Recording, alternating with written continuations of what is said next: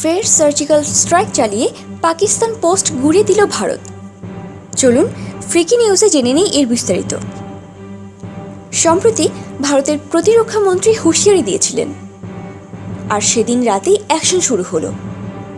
পুঞ্চ সেক্টরে ভারতীয় সেনাঘাঁটির আক্রমণকারীদের যোগ্য জবাব দিল ভারত। গুঁড়িয়ে দেওয়া হলো পাকিস্তানের সেনা চৌকি।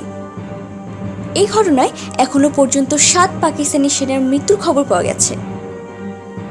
সর্বশেষ খবরে জানা গিয়েছে, রাতে প্রতিহিংসার আগুনে জ্বলতে থাকা ভারতীয় সেনা সদস্যরা পাকিস্তানি সেনাবাহিনীর 3টি চৌকি রীতিমতো গুঁড়িয়ে দিয়েছে।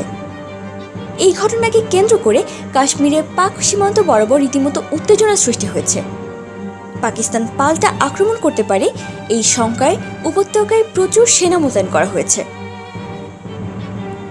প্রসঙ্গত, সম্প্রতি ভারতীয় সেনারা নজরদারি চালানোর সময় পাকিস্তানের পক্ষ থেকে বিনা প্ররোচনায় গুলি চালানো হয়, রকেট হামলাও হয়েছে।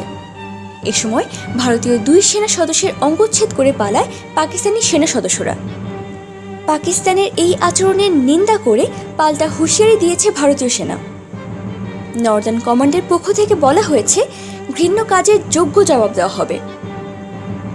পরিকল্পিতভাবে ভারতে ঢুকে এই নিন্দনীয় কাজ করেছে পাকিস্তান, দাবি করেছেন ভারতীয় সেনার এক উচ্চপদস্থ কর্মকর্তা।